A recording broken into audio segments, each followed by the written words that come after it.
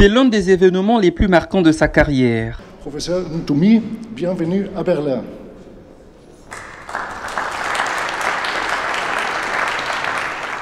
Pour la première fois depuis 27 ans de métier, Francine Ntoumi est invitée à s'exprimer devant des représentants du peuple. Nous sommes au Bundestag, siège du Parlement allemand. À l'occasion de la journée de lutte contre le paludisme, des experts sont invités par le comité d'évaluation de l'éducation, de la recherche et de la technologie. Objectif, discuter de la lutte contre le paludisme. Lutte qui ne serait efficace sans la maîtrise du cycle de développement du parasite vecteur du paludisme.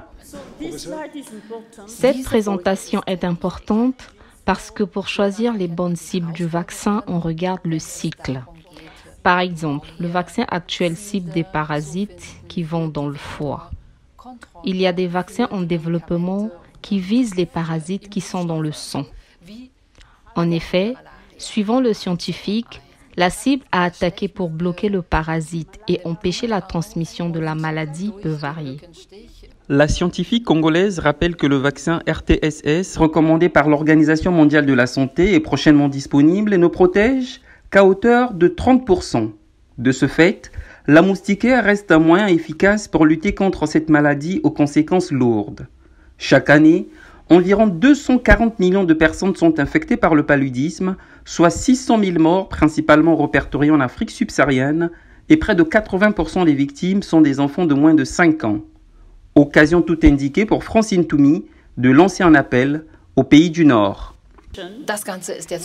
Lorsque nous avons été confrontés à la pandémie de Covid-19, nous avons vu à quel point la communauté internationale s'est mobilisée avec des financements massifs aux scientifiques pour développer des solutions. En tant que scientifique vivant dans un pays en développement, je lance un appel aux pays du Nord afin que la même mobilisation et la même énergie soient mises à contribution pour le paludisme. Francine Ntoumi reste positive et optimiste. Pour la scientifique, la manipulation génétique représente un espoir pour l'avenir. Il s'agit d'un outil précieux qui pourrait guérir ou tout au moins réduire l'impact de plusieurs maladies, dont le paludisme.